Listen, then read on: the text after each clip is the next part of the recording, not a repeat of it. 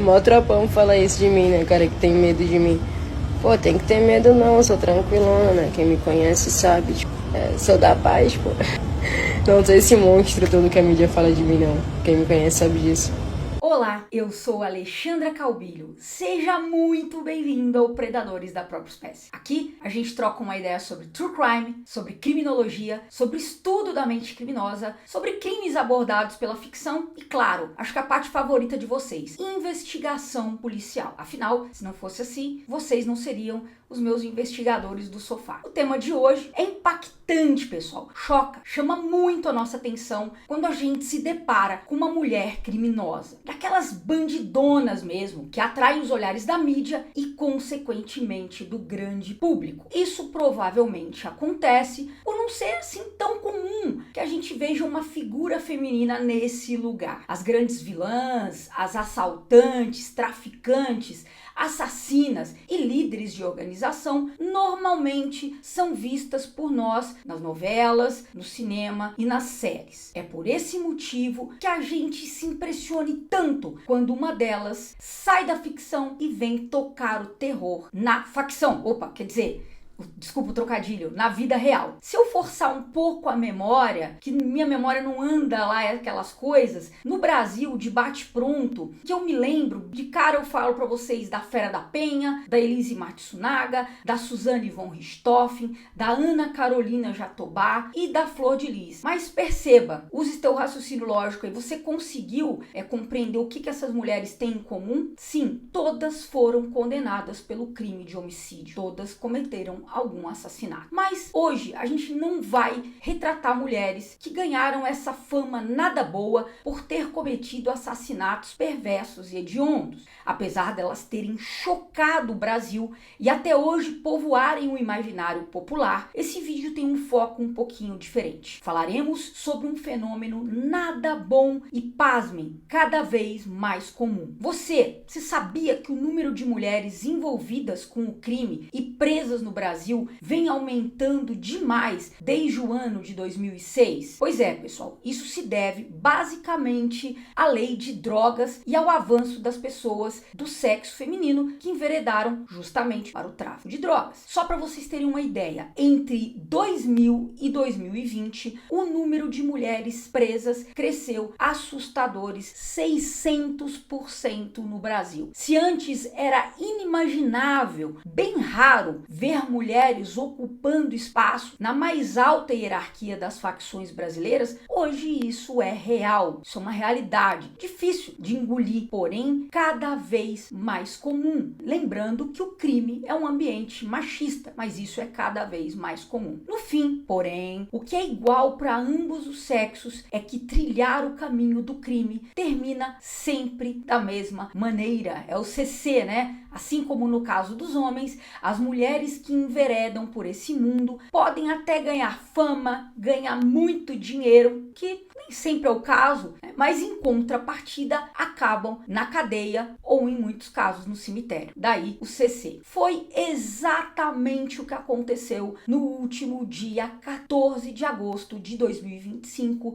com uma mulher conhecida como blogueira, influencer do crime. É isso mesmo. A Eveline Passos Rodrigues. Se você não ligou o nome à pessoa, trata-se da criminosa que ganhou fama nacional como Diaba Loira. 28 anos, morta no Morro do Fubá, na zona norte do Rio de Janeiro. A Eveline, pessoal, ela conseguiu uma verdadeira proeza, uma façanha mesmo daquelas difícil de se ver. Ela completou todas as casinhas no bingo do crime, algo que recentemente a gente viu acontecer com o Vinícius Gritzbach. Se você também não está lembrando, refresca a sua memória. Foi aquela pessoa, aquele cidadão assassinado em novembro de 2024 pelo crime organizado no aeroporto de Guarulhos, em São Paulo. O Gritzbach também conseguiu a mesma coisa que a Diaba Loira. E afinal de contas, conta logo, mulher, o que ele conseguiu, Ale? O que eles conseguiram? Serem odiados pelo próprio crime e alvo das polícias que visavam prendê-los. Isso, obviamente, por conta das suas carreiras criminosas. É isso mesmo que você entendeu. Tem maluco pra tudo e realmente eles desagradaram não só a lei, mas também aquelas pessoas consideradas praticadas fora da lei. A Diaba Loira era malquista, ela foi jurada de morte por facções criminosas e também procurada pela polícia de 2 estados brasileiros, Rio de Janeiro e Santa Catarina. Mas calma, eu vou te contar esse rolê maluco detalhadamente. Então senta que lá vem a história. Senta que lá vem a história. A Diaba Loira, ou melhor, a Eveline, ela nasceu em Tubarão, Santa Catarina. E olha que loucura, ela era filha de um policial militar da reserva e teria crescido em um lar de pessoas honestas e muito trabalhadoras. Em algum momento da vida, antes de entrar para o mundo do crime, pessoas próximas disseram que ela costumava externar o sonho de ser advogada, inclusive com o intuito de defender mulheres vítimas de violência doméstica. E por que justamente ela gostaria de defender essa pauta? A própria Diaba Loira sobreviveu a uma tentativa de feminicídio. E isso não faz muito tempo não, predadorzinho da própria espécie. Isso ocorreu há exatos 3 anos, em 25 de agosto de 2022, numa cidade chamada Capivari Baixo, fronteira com Tubarão. O ex-marido da Eveline, ele a esfaqueou de uma forma muito violenta pelas costas. A mãe da Eveline, conhecidos dela e a sua própria sogra conseguiram socorrê-la e levaram até um hospital. Após a tentativa de feminicídio, ela viveu por menos de 3 anos, né? Façam as contas. Ela viveu de agosto de 2022 agora até agosto de 2025. No ataque, o pulmão foi perfurado, mas ela conseguiu se recuperar praticamente sem sequelas.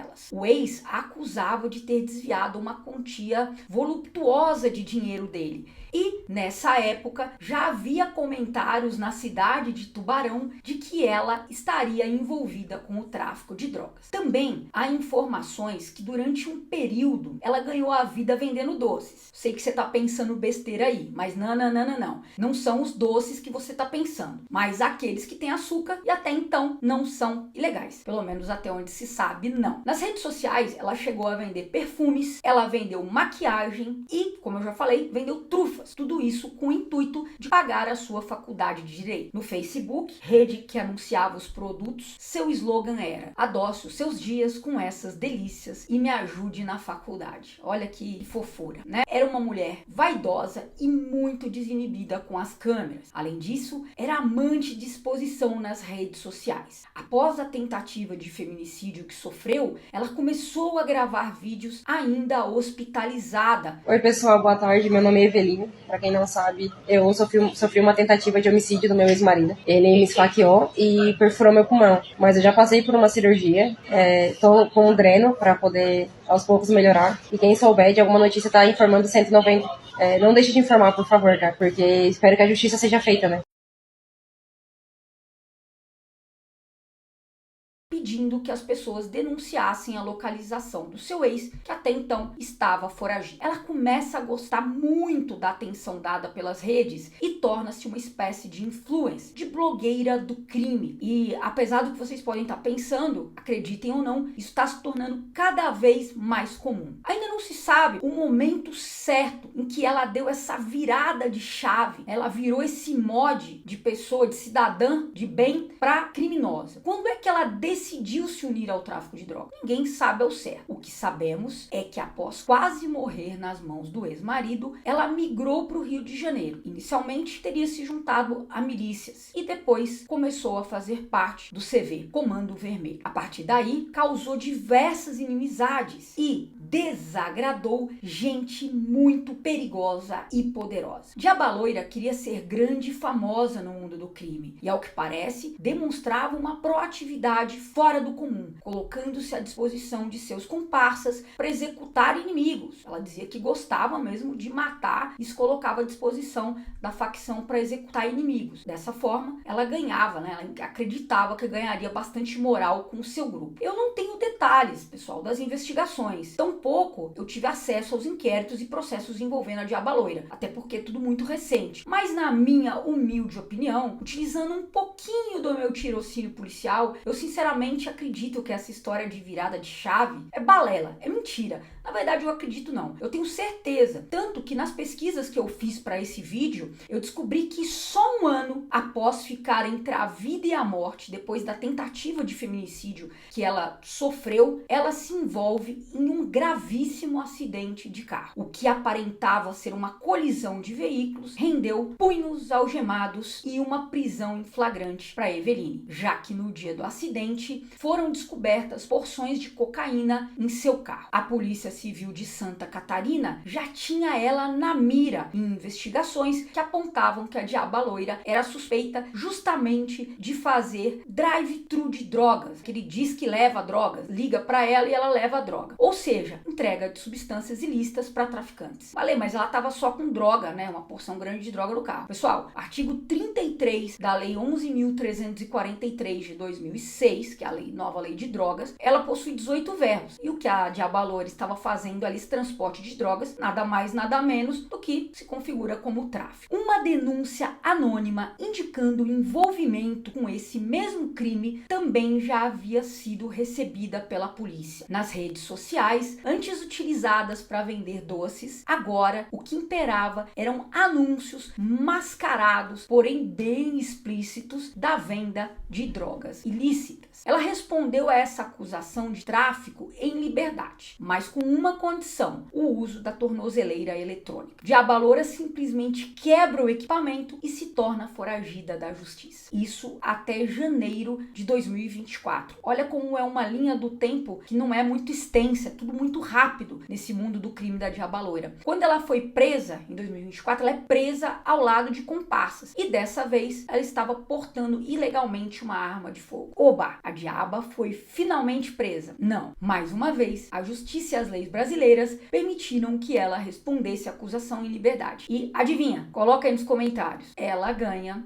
o segundo anel no tornozelo. Mais um monitoramento eletrônico para a ficha dela. Quer dizer, ela não é presa, mas recebe outra tornozeleira. Dessa vez, ela foi monitorada e a segurança fortalecida? Negativo. Também não. Ela estoura a segunda tornozeleira e cai nesse mundão de meu Deus, voltando para os braços do crime e mais uma vez virando uma ameaça para a sociedade. É quando ela vai para o Rio e fica muqueada, fica escondida na comunidade da Gardênia Azul, momento em que se filia ao CV. Inclusive, foi lá que ela recebeu esse apelido de Diaba Loira, que carregou até a sua morte. Ela era bem chegada nos holofotes e quando ela começou a ver que as suas postagens tinham milhares de visualizações, ela intensifica as suas lives, os seus stories e os seus posts nas redes sociais. Monta enquetes na maior cara de pau e responde aos seguidores como se fosse uma personalidade da mídia. Pasmem, que ela chegou a ter mais de 70 mil seguidores, apenas em uma de suas redes. Hoje, se for somar tudo, esse número ultrapassa mais de 100 mil seguidores, todas as redes. Ela tornou-se uma verdadeira desinfluenciadora, ou como alguns preferem, influenciadora / blogueirinha do crime. Ela adorava se exibir postando fotos com armas de grande potencial letal e de grosso calibre, especialmente com fuzil, desafiando a polícia e seus inimigos em suas postagens. E aqui eu peço a atenção de vocês e faço um adendo. Como é que esta mulher conseguia atirar e colocar os dedos dentro do guarda-mato? Vou trazer aqui uma imagem de um guarda-mato para vocês. Guarda-mato é aquela peça, né, que abriga o gatilho com aquelas unhas imensas. Eu acredito que antes das operações deles, do crime, ela tirava aquelas unhas, que não é possível, né? Não tem como se atirar com uma unha daquela. Era comum também mostrar o seu dia a dia na comunidade e, abusada como ela só,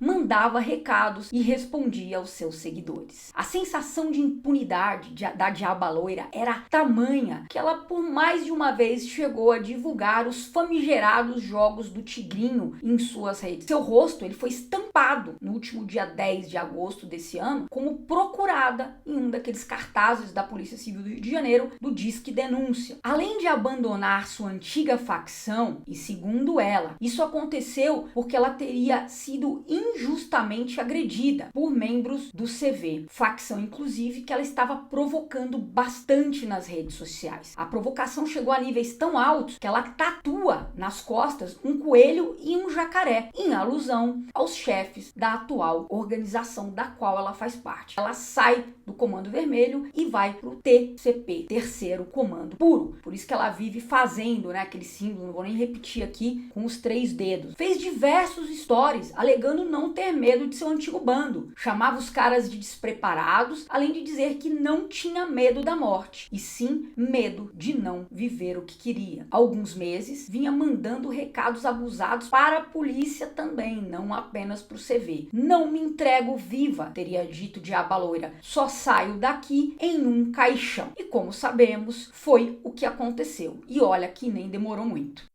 Vamos lá, medo da morte. Pô, tenho não, mano.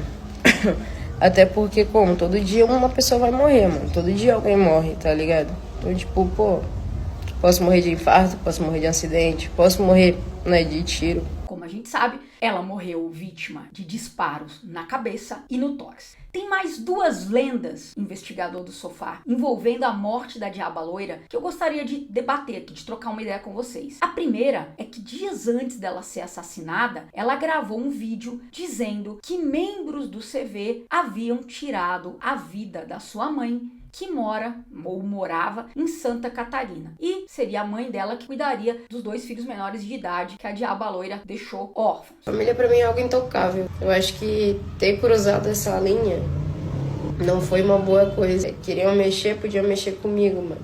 Não mexe com os meus. É que eles cruzaram uma linha que não era pra ter cruzado, tá ligado? Família é intocável, pô. Eu, Alexandra, acho essa história extremamente sumbate. Eu acho que isso é uma grande mentira.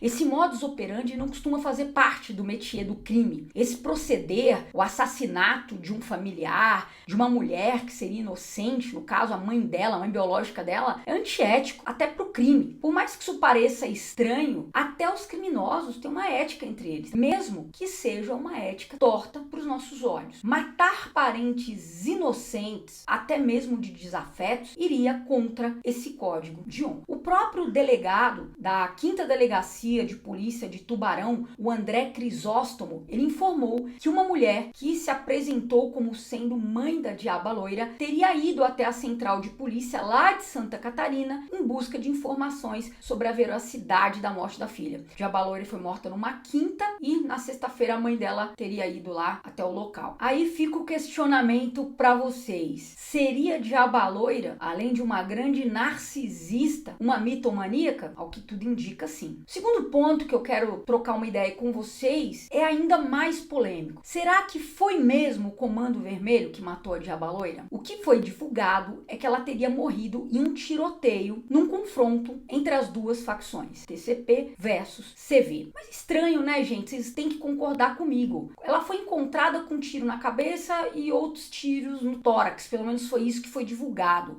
O fato é que se ela caísse nas mãos do Comando Vermelho, efetivamente, seu corpo jamais teria sido encontrado apenas cravado de disparos de arma de fogo. Quem conhece o mínimo sobre a estrutura do crime organizado, sobre o crime organizado, sabe que nesses casos, torturas são certas e o estado em que o corpo de traidores e desafetos são encontrados costuma estar assim absolutamente judiado. Enfim, são apenas especulações minhas. Vamos aguardar o final das investigações. Pode ter sido o Comando Vermelho? Claro que sim. Há uma grande chance, inclusive, de que isso tenha acontecido. Percebam que depois da mudança para a facção rival, não levou nem um mês. Salvo engano, foram 24 dias para que ela sofresse as consequências do que é considerado uma traição no meio do crime. O corpo da Diaba Loira foi encontrado em uma via de fácil acesso, ou seja, quem deixou lá, deixou justamente para que ele fosse de pronto, logo reconhecido, e não sumiram com o corpo dela. E uma via de fácil acesso, como eu já falei, no bairro de Cascadura, na rua Cametá, a poucos quilômetros de distância do Morro do Fubá, na zona norte carioca. Estava enrolado em um lenço e, por motivos óbvios, eu não vou mostrar a imagem. Há anos, essa região do Rio de Janeiro é alvo da disputa entre facções rivais.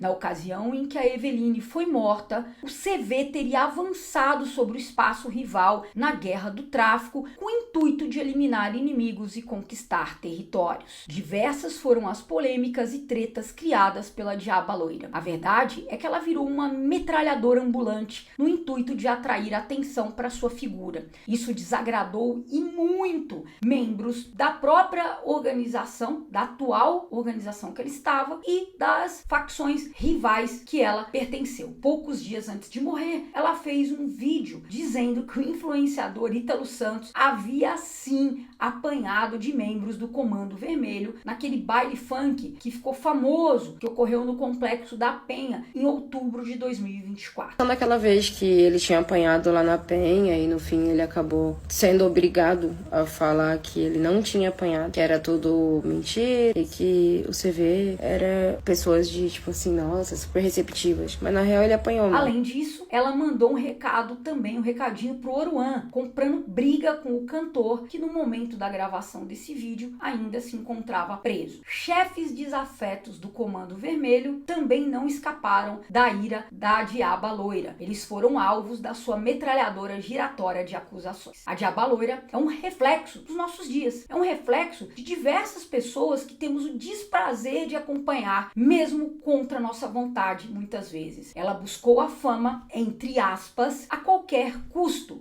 Mais uma vez, isso traz a discussão do que hoje chamamos influenciadores, pessoas que não têm a menor capacidade ou mesmo conteúdo para influenciar ninguém. Atualmente, o público dá ibope, dinheiro e atenção para indivíduos que até muito pouco tempo atrás sequer seriam levados a sério por qualquer um de nós, mas hoje acabam sendo glorificados. A internet, infelizmente, deu lugar de fala a pessoas que cometem crime na maior cara de pau e sem o menor medo de responder pelas consequências de seus atos. Isso precisa parar. Quando a gente segue essas pessoas, elas acabam crescendo muito. No caso da Eveline, ela extrapolou todos os limites, traiu pessoas que não poderia trair, se aliou a gente muito perigosa e expôs fatos de dentro do mundo do crime que, mesmo em tempos de exposição indiscriminada, não podem jamais serem expostos. Seu fim, dadas as suas atitudes, foi aquele já conhecido pelo dito popular: cadeia ou cemitério. Ela pode até ter alcançado a atenção que queria, o dinheiro que desejava. Nem sei se realmente conseguiu, mas a que custo? A que preço? Deixou família,